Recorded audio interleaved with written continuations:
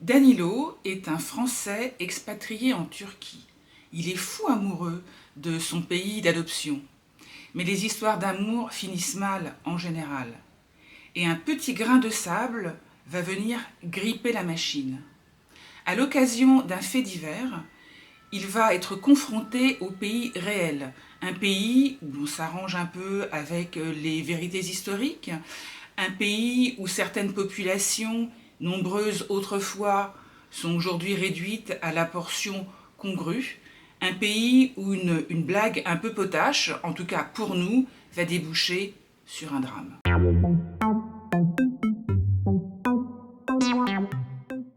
Bonjour et bienvenue sur Bookaholic TV, la chaîne des addicts à la lecture et de ceux qui vont le devenir. Aujourd'hui, je vous parle de Bella Ciao de Pierre Fréat, qui est un livre que j'ai beaucoup aimé, qui, au-delà de l'histoire assez truculente, pleine d'humour, nous parle en fait de la Turquie d'aujourd'hui, du pays réel. Bon, j'ai pu rencontrer Pierre Fréat, j'ai eu cette chance et il va vous en parler lui-même de son ouvrage, il en parle bien mieux que moi. Et puis, si vous voulez que ma petite chaîne devienne grande, n'oubliez pas de vous abonner, de liker et de commenter. Allez, c'est parti, on y va.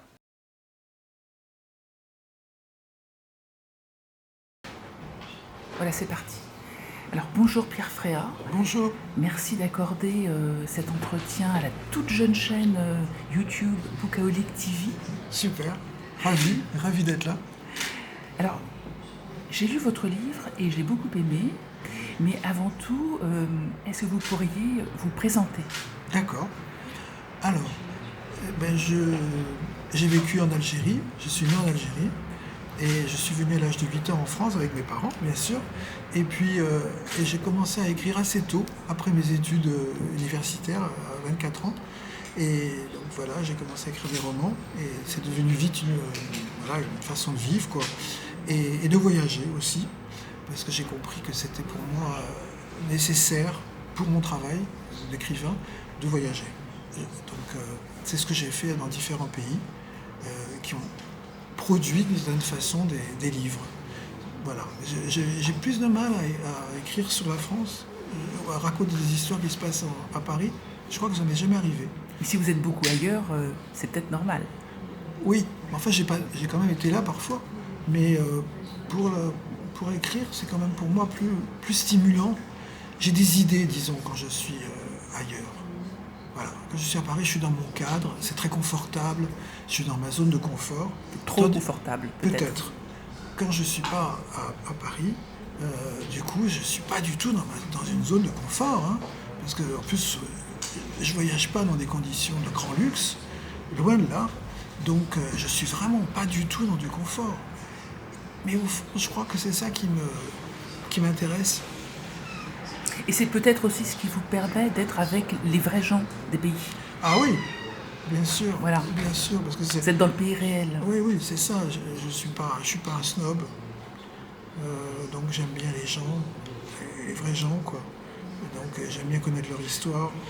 J'aime bien essayer de les comprendre. C'est pas toujours facile. Et voilà.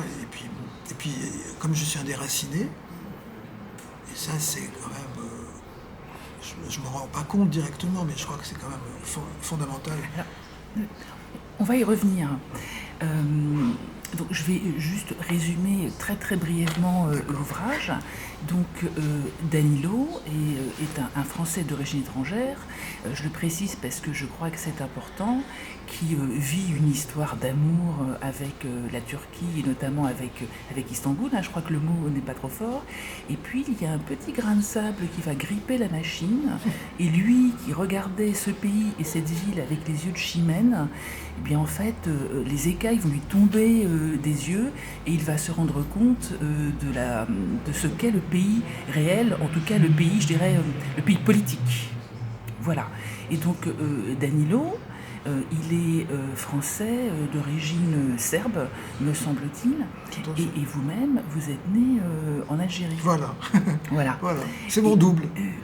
Oui, il me semblait bien qu'il y avait quelque chose de cet ordre-là, parce qu'il a l'air non pas déraciné, Danilo, mais il a vécu ailleurs aussi. Moi, j'ai eu l'impression qu'il se cherchait un peu une patrie, mais Oui, une porte de sortie. une patrie fantasmée Oui, peut-être. oui, oui, bien sûr. Bon, quand à 8 ans, c'est pas un très bon âge pour du jour au lendemain, après en plus une guerre civile, quitter un pays, comme ça a été mon cas, ça vous marque quand même, hein. Ça laisse des traces quand même dans votre tête, et même dans votre corps, je dirais. Et donc c'est ce qui m'est arrivé. Donc du coup, c'est vrai que je suis toujours attiré vers ce genre de personnage. Je ne vais pas parler d'un personnage finalement qui ne me correspond pas du tout, qui serait lui au contraire très... Quand j'ai essayé, c'était pas très bon. Qui serait au contraire très stable, qui aurait une enfance parfaite, heureuse, dans un pays où il n'y a pas de guerre, tout ça. Non, j'ai pas vécu ça. J'ai vécu quelque chose de violent. J'ai vécu quelque chose de violent. Ça c'est sûr, ça c'est sûr. Et un enfant ne mérite pas ça. Aucun enfant ne mérite ça, de vivre dans un contexte difficile comme ça. Mais ça a été mon cas. Donc du coup, bon, voilà. Je suis toujours à la recherche finalement de situations un peu troubles. Parce que pourquoi je suis allé m'embêter avec la Turquie d'une certaine façon, qui est quand même un pays pas simple. Hein, c'est moins qu'on puisse dire. C'est moins qu'on puisse dire. Mais je pense que j'ai fait exprès parce que justement, c'est cette souffrance, cette douleur parce qu'il y a quand même eu beaucoup dans ce pays, il y a quand même eu beaucoup d'échanges de population, justement comme ce que moi j'ai vécu avec l'Algérie. Beaucoup des gens qui se sont exilés, qui sont partis volontairement, comme nous, on aurait pu rester en Algérie. D'autres sont partis moins volontairement, tout de même. Hein. Il y a eu beaucoup de cas de figure. Voilà, donc tout ça, en fait, en même temps, je ne m'attendais pas à tout ça. C'est drôle parce que je ne savais pas. En plus, moi, je ne suis pas le genre à m'informer beaucoup. Comme ça, je ne suis pas journaliste, je ne suis pas grand reporter. Ou un grand reporter de l'âme, mais pas plus. Et donc, je ne savais pas grand-chose sur la Turquie quand j'ai débarqué la première fois au début des années 2010. Mais je connaissais, mais vraiment, plus ignare que moi, il n'y avait pas. Mm-hmm. Donc, qu'est-ce qu'il y a fait? Mais en même temps, c'est fou l'inconscient ou les trucs. J'ai senti qu'il y avait quelque chose qui allait me correspondre. Et dès que je suis arrivé à Istanbul, j'ai compris que je ne m'étais pas trompé. Et qu'effectivement, il y avait quelque chose qui me correspondait. Alors, je ne savais pas quoi. J'ai senti que je regardais les gens, je me disais, tiens, pourtant ils n'avaient pas vécu la même histoire que moi avec l'Algérie, pas du tout. Mais ça va au-delà des faits comme ça. C'est quelque chose de tellement intérieur, tellement intime. Et donc, ça m'a plu, quoi. Après mon premier séjour, je me suis précipité pour acheter une méthode A6000 pour apprendre le turc. Je me suis dit, ça y est, j'ai trouvé mon Eldorado. Voilà, j'ai besoin d'une autre langue, parce que le français ne me suffit pas. Je vais apprendre le turc. Donc, c'est ce que j'ai fait. Enfin, j'ai pas tellement réussi à le parler, ceci dit. Enfin, en tout cas, à le parler bien. Loin de là. Alors, quand même, il y a quand même une chose qui est frappante, c'est que vous avez choisi la Turquie, visiblement en toute innocence, sans avoir conscience des problèmes, sans arrière-pensée. Des problèmes politiques qu'il pouvait y avoir. Je savais même pas qu'il y avait eu un génocide. Honnêtement, vous allez dire que c'est pas croyable, mais c'est vrai. Mais vraiment, je ne savais rien. Je ne savais rien du tout. Et j'ai débarqué que là-dedans, ou alors c'était un mot comme ça que j'avais entendu, génocide arménien, mais je veux dire, je savais pas ce que ça correspondait pas à une réalité. Non, absolument pas. Et j'ai mis d'ailleurs du temps, des années, même en allant en Turquie, avant que ça devienne une réalité. Parce que finalement, moi, je fonctionne comme ça. C'est le jour où, par exemple, ce propriétaire me dit, où j'achète un appartement à Istanbul, pratiquement les larmes aux yeux, qu'il est content de me vendre l'appartement parce que il avait tous ses copains, ils sont partis, tous ses copains d'enfance qui étaient juifs, qui étaient arméniens, qui étaient grecs, ils sont partis du jour au lendemain. Mais vraiment, j'étais stupéfait, quoi. Je me suis dit, mais c'est incroyable qu'il me dise ça à moi, mais c'est incroyable. Alors, il avait tous ses copains qui, comme moi, je suis parti d'Algérie. Donc je me suis dit vraiment, on est attiré. Enfin, je ne veux pas faire du mysticisme. Il y a une espèce de correspondance. Oui, je ne veux pas faire de mysticisme, ça ne m'intéresse pas, mais franchement, c'était quand même troublant, quoi. Donc j'étais aimanté. Il y avait quelque chose j'étais captif de cette situation, comme on est captif finalement de problèmes liés à son enfance. Et comment Pierre Fréa Danilo, je ne sais pas trop comment il faut dire, comment est-ce qu'il il a vécu eh bien, cette espèce de révélation assez douloureuse, quand par exemple le personnage du Murat, qui est professeur d'histoire et qui clairement préfère se contenter de l'histoire officielle. Et comment est-ce que Danilo Très mal. ou Pierre Frère il réagit Très mal. il réagit à ça? Très Parce que ça mal. heurte tout de même. C'est très mal, c'est très douloureux. C'est très douloureux parce que voilà, vous essayez d'être ami avec quelqu'un, de nouer une vraie relation, puis vous vous rendez compte que, ok, la personne elle-même, il n'y a rien à en dire, elle est aimable, souriante, comme les Turcs peuvent l'être d'ailleurs, polie, gentille, etc. Vous en parlez beaucoup, hein, Mais, de cette gentillesse, oui, un peu poisseuse même parfois. Un peu poisseuse parfois, oui. Mais quand même, elle est là, quoi. Elle est là. Bon, et donc, et quoi, en même temps, sur des choses aussi graves que des choses liées à l'enfance, à l'identité, à l'exil, là, silence. Alors là, je me suis dit, ah non, c'est pas possible. Moi qui ai vécu ça déjà en Algérie, je peux pas.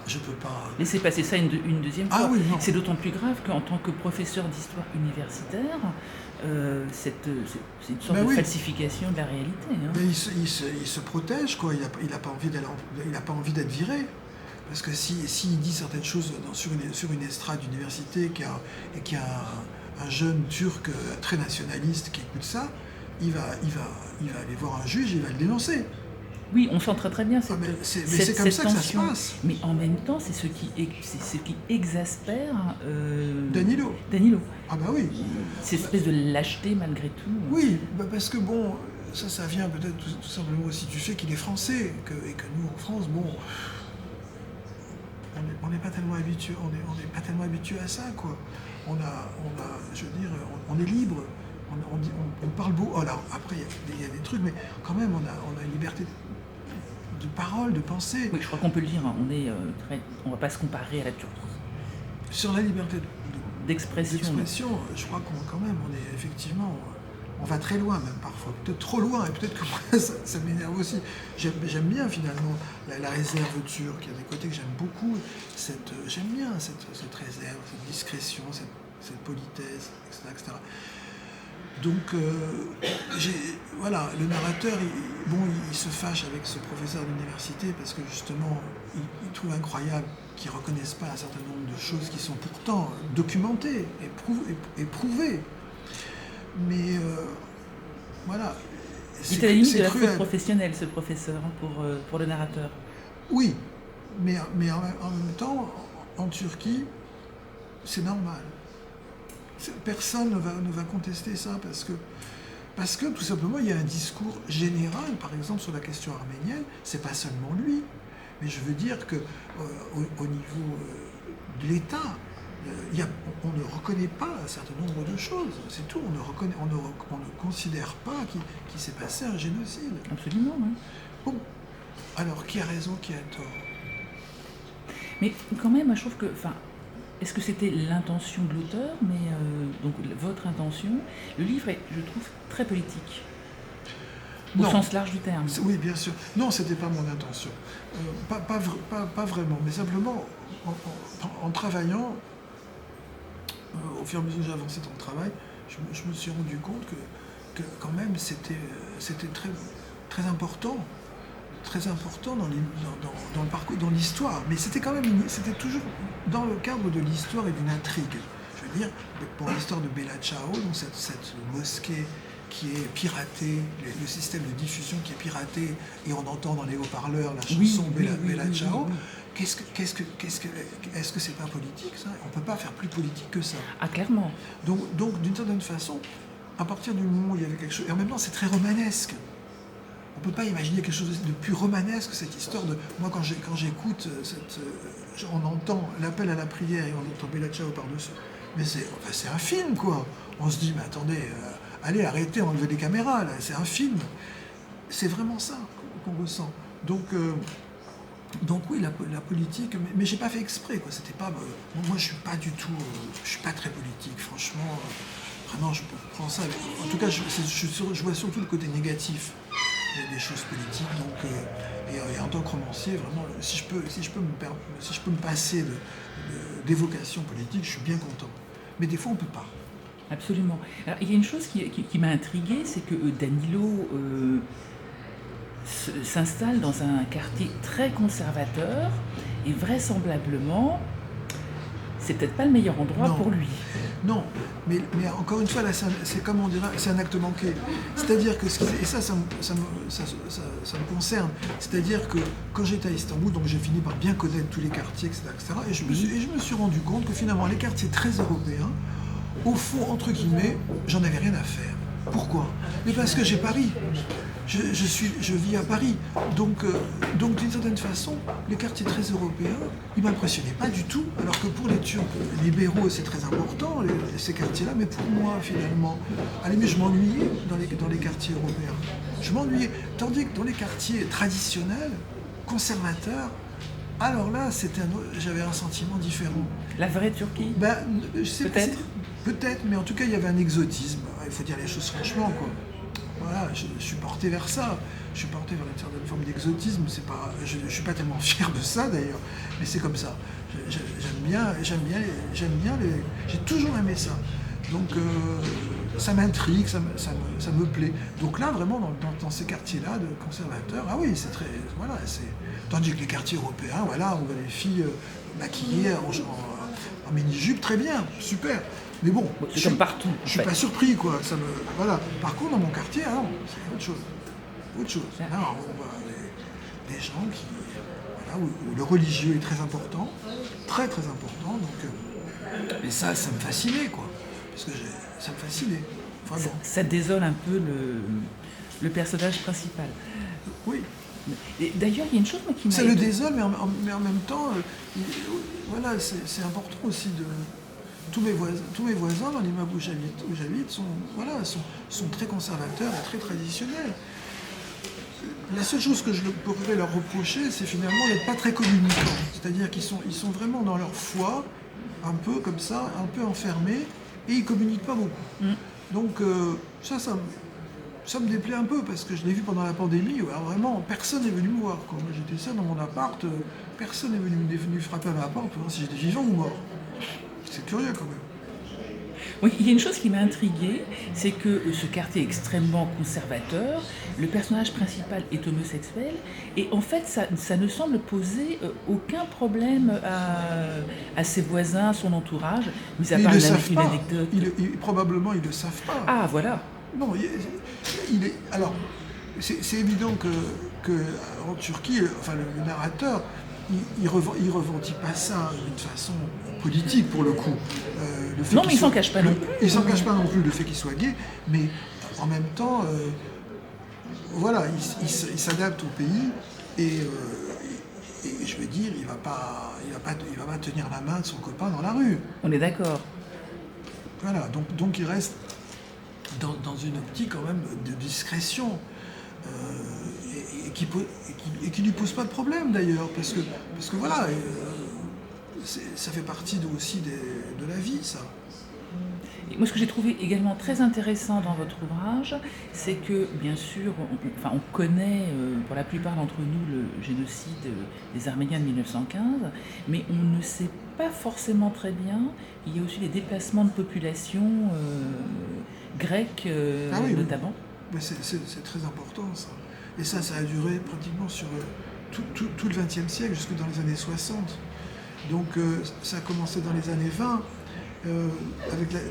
avec la défaite de la Grèce, quand même, à Smyrne. Et là, il y a eu déjà un transfert de population. Les musulmans de Salonique, en Grèce, sont allés en Turquie où ils n'avaient jamais vécu. Et les Grecs de Smyrne sont partis vers la Grèce où ils n'avaient non plus jamais vécu. Et après, il y a eu à Istanbul, il y a eu dans les années 50, il y a eu des pogroms. Il y a eu des magasins pillés. Et donc, les gens sont partis. Les années 50, c'est tard quand même. Hein, Années 50, même au début des années 60. Et maintenant, combien reste-t-il de Grecs? Moi, j'en ai connu dans mon quartier. Justement, j'en parle dans le livre, Despina et ses sœurs. Oui, oui. Donc ça, j'en ai connu. Mais il en reste quoi? 3000? C'est très peu. Très peu. Et pareil pour les Juifs, qui étaient nombreux sous l'Empire ottoman. Ils étaient nombreux, les Juifs, sous l'Empire ottoman. Et pareil, ils sont partis, eux, surtout après la Seconde Guerre mondiale, parce qu'en plus, l'État turc leur a imposé ça, un impôt incroyable sur leurs biens. Enfin, c'était vraiment incroyable. Donc, très injuste. C'est une incitation au départ. Oui, bien sûr. Clairement. Bien sûr, une incitation. Mais évidemment, ça les a arrangés. Alors officiellement, c'est des grands hypocrites. Officiellement, ils ne vont pas vous dire ça, mais les faits sont là. C'est le propre des pays, des gouvernements qui ne sont pas démocratiques. Hein. Des dictatures. Oui. Des dictatures, mais d'une certaine façon, on peut se demander si la Turquie, c'est pas une dictature depuis le départ, c'est-à-dire depuis 1924. Bon. Oui, mais Atatürk, despote éclairé alors. Ben oui, mais enfin, il y a pas mal de gens qui le pensent. Erdogan, il n'est pas arrivé, il n'est pas tombé du ciel comme ça. Non. Pas du tout. Il s'inscrit dans une grande logique. Et même si demain, au mois de mai, avec les élections, il part, on verra la suite. On verra si ça change quelque chose. C'est pas du tout sûr. Non, c'est clair. En tout cas, votre livre a le mérite de nous rappeler l'histoire de la Turquie, que nous connaissons en France d'assez loin et plutôt assez mal, il faut le dire. Et en même temps, c'est un livre assez truculent, parce qu'il y a des passages qui sont assez savoureux. Oui. Oui, vous ne manquez pas d'humour, votre personnage principal non plus. Mais dites... parfois, on le trouve un peu antipathique, Danilo. Hein. On me l'a dit, ça. Il n'est pas facile, ce garçon. On me l'a dit. Je ne me rends pas compte, comme c'est un peu moi, je ne vais pas me trouver antipathique. Donc, a priori, bon, et je suis quelqu'un plutôt gentil, mais lui, effectivement, il est un peu... Il est sans filtre. Ah oui. Il est sans filtre, mais comme un amoureux transi, en fait. Sa relation avec la Turquie, c'est comme une histoire d'amour qui s'arrête, et il souffre. Évidemment, on souffre. On souffre parce que, mais bien sûr, on n'a pas des histoires d'amour uniquement avec les êtres humains. Non. On peut avoir des histoires d'amour avec un pays, avec une ville, surtout quand c'est une ville de l'ampleur d'Istanbul. Je veux dire, c'est pas Bécon les Bruyères. On est d'accord. Pas très gentil pour Bécon les Bruyères. C'est pas très gentil pour Bécon les Bruyères. Mais franchement, Istanbul, c'est quand même très impressionnant. Et même la géographie, le Bosphore.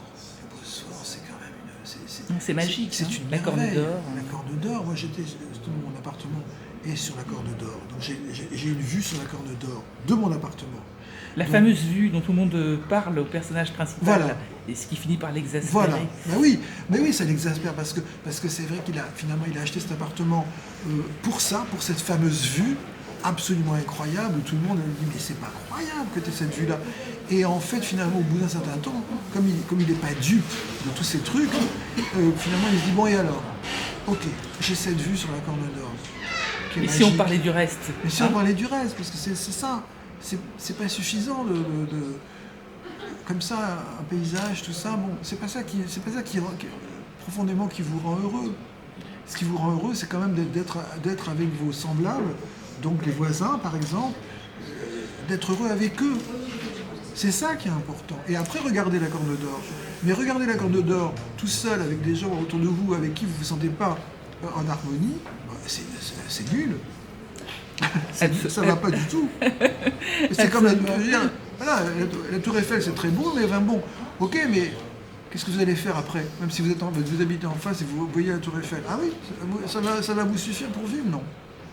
Et en même temps, étant donné le climat politique et cette espèce de chape de plomb qu'il y a quand même sur les gens du pays, on sent bien que ça ne peut que se terminer un petit peu de façon saumâtre. Oui, mais en même temps, ils arrivent à se... C'est quand même un pays d'une extrême intelligence aussi. Donc les gens sont extrêmement intelligents. Donc ils arrivent à trouver des solutions, à ne pas sombrer. Bon, et là, ce qui se passe entre la Russie et l'Ukraine, c'est terrible. Il n'y a pas ça en Turquie pour l'instant qui se passerait avec qui? Avec la Grèce? Non, c'est pas. Bon, voilà, il y a avec l'OTAN, tout est différent, tout est. Mais on n'en est pas loin, quoi. On n'est pas loin de choses tragiques. Ou avec les Kurdes, la question kurde. Oui. Et la question arménienne, tout ça, ça fait beaucoup quand même. Kurde, Arménie, Grèce. Trois notions, trois entités qui s'affrontent avec la Turquie. Et en tout cas, dans le livre, on sent bien qu'il y a quelque chose qui couve, pas simplement pour Danilo, le personnage principal, mais quelque chose qui couve quand même un petit peu. Hein, et quelque chose, pas le lait sur le feu, parce que l'image est trop forte, mais quelque chose qui mijote à petit bouillon, là, et dont on ne sait pas très très bien ce que ça pourrait donner par la suite. Oui, c'est ce que je ressens encore aujourd'hui, après avoir écrit le livre il y a 1 an, enfin 2 ans même. Oui, c'est ce que je ressens. On ne sait pas du tout où on va. On ne sait pas du tout où on va. Non, mais on y va. On y va, oui, espérons qu'il n'y aura pas de... Mais on ne peut pas non plus, comment dire, les autres ont le droit au chapitre quand même. Les Kurdes ont le droit au chapitre, les Grecs ont le droit au chapitre, et les Arméniens aussi.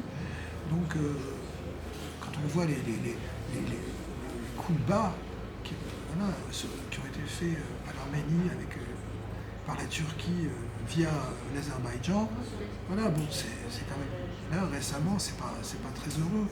Et la question kurde, tout ça, c'est... Et en fait, vous disiez pour la question politique, mais le problème, c'est qu'au bout d'un certain temps, quand vous êtes dans ce contexte-là, ça vous obsède. Je veux dire, moi, je lisais les nouvelles, j'étais obsédé par cette question-là, mais bien plus que par autre chose. Ça m'obsédait absolument. Je me disais, mais c'est pas incroyable. On a peur, quoi. On est inquiet. Alors, comme moi, j'ai vécu justement cette inquiétude dans mon enfance avec l'Algérie, surtout les 2 années avant l'indépendance, où là, j'étais quand même un enfant, parce que j'avais 8 ans, donc entre même 8 ans et demi, donc entre 6 ans. Et j'ai vécu cette inquiétude. Oui, mais on se rend compte, cet âge-là. Ah, bien sûr. J'ai vécu cette inquiétude, et c'est terrible quand vous êtes un enfant de vous dire, mais attends, qu'est-ce qui se passe là? C'est pour ça que quand on imagine pour les gens en Ukraine actuellement, ou en Russie aussi, c'est très douloureux, quoi, parce qu'on se dit, mais quand même, jusqu'où ça va aller, cette histoire? Et on la sent très très bien, l'inquiétude du personnage principal. Et oui, hélas, il peut pas en être autrement. Clairement. Mais c'est amené... Après, il y a aussi, comme vous avez dit tout à l'heure, il y a aussi des trucs drôles, il y a aussi de la joie. Oui, absolument, c'est amené avec beaucoup d'humour. Non, parce qu'une journée, c'est 24 heures quand même. Donc vous n'allez pas pleurnicher pendant 24 heures. Donc il ne pleurniche pas pendant 24 heures. Mais juste, juste de temps en temps, voilà, il y a des trucs qui remontent. Et puis bon, après ça va, il rencontre des gens sympas. Mais après, il rencontre aussi des gens qui voilà, comme le marchand de tomates, là, qui n'arrête pas de le provoquer parce que c'est l'étranger, qui lui fait payer plus cher. Ah oui, de la difficulté de s'intégrer. Hein. Ben oui, il fait payer plus cher parce que lui, c'est l'étranger. Bon, voilà, et que, bon, il accuse même que le Covid, ça vient de l'Europe, c'est pas en Turquie qu'évidemment... Bah non, ça peut pas être turc, c'est bien connu. Non, vous imaginez, non, c'est impossible. Un jour, je me souviens, j'avais voulu participer à une régate, machin, et sur le Bosphore. Oui. Et puis est arrivé le Covid, donc j'ai dit au Turc, j'ai dit, non, mais écoute, je suis désolé, mais ça peut pas, il y a quand même une situation un peu embêtante. Oh, il m'a dit, mais non, ici, on n'a pas le Covid. Bah non, bien sûr. Quelques semaines plus tard, il a plus tenu le même discours. Enfin bon, alors voilà, tout ça, c'est le nationalisme, c'est le mal du nationalisme. Et oui, et François Mitterrand disait, le nationalisme, c'est la guerre. Ben, bien sûr. Et il avait, hélas, mais bien sûr. Il a dit ça, Mitterrand, mais il a absolument raison. Il a raison. Donc, c'est pour ça qu'on n'est pas tranquille, on n'est pas optimiste. Voilà, que ce soit Poutine et Erdogan, tous ces gens-là qui vraiment travaillent leur peuple sur la question du nationalisme. Depuis longtemps maintenant. Depuis longtemps, oui. D'ailleurs. Oui, et on ne sait pas pourquoi. C'est comme ça, bon, c'est leur histoire. Et voilà, ils sont arrivés au pouvoir. Donc, mais quand on est quelqu'un comme moi, par exemple, un peu trop, peut-être trop sensible, à cause justement de mon propre passé, de ma propre enfance, bon, ça fait mal, quoi. Je me dis, qu'est-ce que j'ai été faire en Turquie? Mais en même temps, j'ai appris beaucoup de choses. Donc je suis content et ça m'a probablement renforcé. Je suis peut-être un petit peu moins hypersensible qu'avant. Un petit peu moins, peut-être. Ben, en tout cas, on espère que votre histoire, Pierre Fréa, avec la Turquie, se terminera bien mieux que pour Danilo. Oui, bien sûr. Merci beaucoup. Merci à vous. Je vous en prie. Merci. Ravi. Hop.